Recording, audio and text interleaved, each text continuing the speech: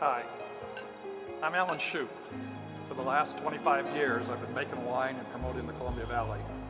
But in that time, I've grown to realize the Columbia Valley is a story that you really have to see for yourself. The character of a wine depends on the grapes from which it is made. The quality of those grapes, in turn, depends on the soil and the mesoclimates where they are grown. The French have a name for this mysterious relationship between a region and its wines: terroir. As you get acquainted with the Columbia Valley's distinctive wines, and the more you know about the unique terroir, the better you will be able to appreciate the subtle but crucial nuances that set the Columbia Valley apart from the rest of the world's vineyards.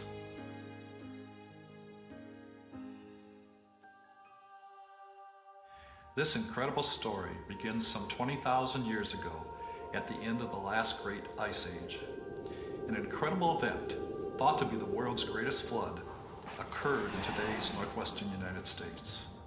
A huge glacier dammed the Clark Fork River in northern Idaho, creating glacial Lake Missoula. This 2,000-foot deep lake backed up almost to the Continental Divide. Geologist Alan Busaka explains it this way. 19,000 years ago, the ice dam just cataclysmically failed, and that was blown away and just swept away in an instant, letting that 500 cubic miles of water begin its travel to the Pacific Ocean, and flowing 60 or 70 miles an hour with icebergs, chunks of the failed glacier, swept along in the water, chunks of glacial ice that we can only imagine as being maybe up to a quarter of a mile or even more in diameter, carrying hundreds of tons of huge boulders.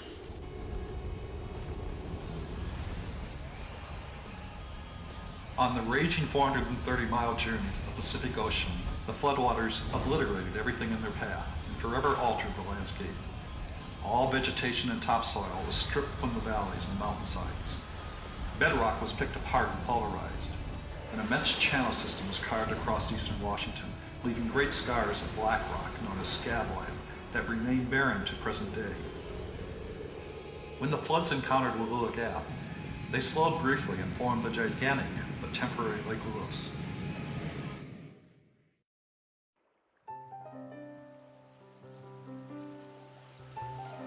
At its height, Lewis was 800 feet deep and covered what today we call the Columbia Valley. Vast as it was, Lake Lewis existed mere days before the floods cleared the gap and rushed onwards, widening and deepening the Columbia Valley Gorge 140 miles downstream. But in those few days, massive amounts of alluvial deposits settled out of the floodwaters, literally laying the foundation for the deep, well-drained, lush soils of the Columbia Valley, which includes both the Yakima and Walla Walla Valley, that unique place where Vitis vinifera thrives. When the ice dam burst and huge amounts of that sediment were swept away, it was carried by water. And then in the 10 or 15,000 years since the end of the last ice age, that glacial rock flour has been picked up and moved by the wind and formed into the lush soils that we have.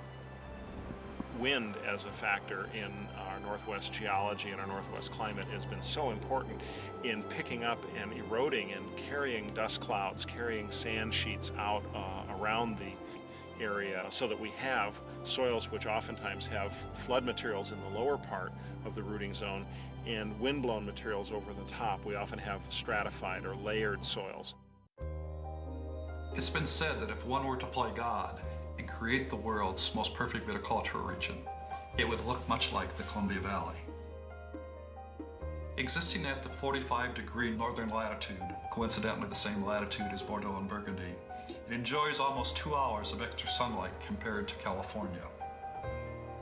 The Olympic Mountains on the coast and the Cascade Mountains to the west of the valley create a rain shadow that protects us from cloud cover during the summer, rain during the harvest, and allows for optimal water management. The formation of the valley created high desert conditions with resultant high daytime temperatures for building sugars and cool nights for maintaining acids, allowing for the unique balance and structure of the Washington wines. Rare to the wine world is our lack of phylloxera. Due to planting on natural rootstock, we have wines with traditionally truer flavors. Washington's cold winters allow our vines to go dormant. When working with Andrei Chelichev, the legendary wine consultant, He would often tell me that he believed that this sleep of the vine allowed them to waken with greater vigor, and in the process create higher bouquets in the wine, just as it did with flowers in northern climates. Less easy to quantify is the combination of all these climatic and geographical conditions that allow Washington to enjoy this very long hang time. Cabernet frequently is not harvested to the end of October, sometimes even early November.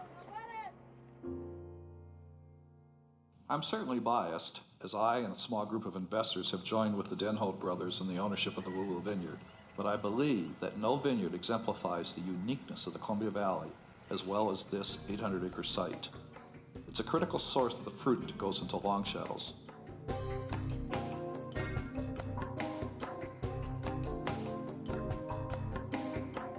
Let's listen to Alan Basaka and Andy Denholt as they discuss the special formations of this vineyard. We have huge deposits, as you well know, and you've seen in these canyons here of just hundreds of feet of pure gravel.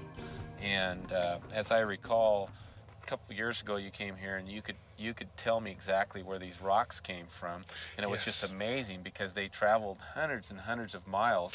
Some of those boulders and cobbles that you have here on the vineyard, they might have been trapped up in glaciers as part of Lake Missoula or in icebergs and got torn away when the ice dam went away and the floods started. Those icebergs would have melted out, leaving those gravels behind, and there they are today to tell us about that. Missoula floods came through here. They peeled back the layers of the Columbia River basalt, the bedrock lava flows here. And the floods just exploited the weakness in those lavas and created all of these benches that we have in this landscape and that we can see across the canyon.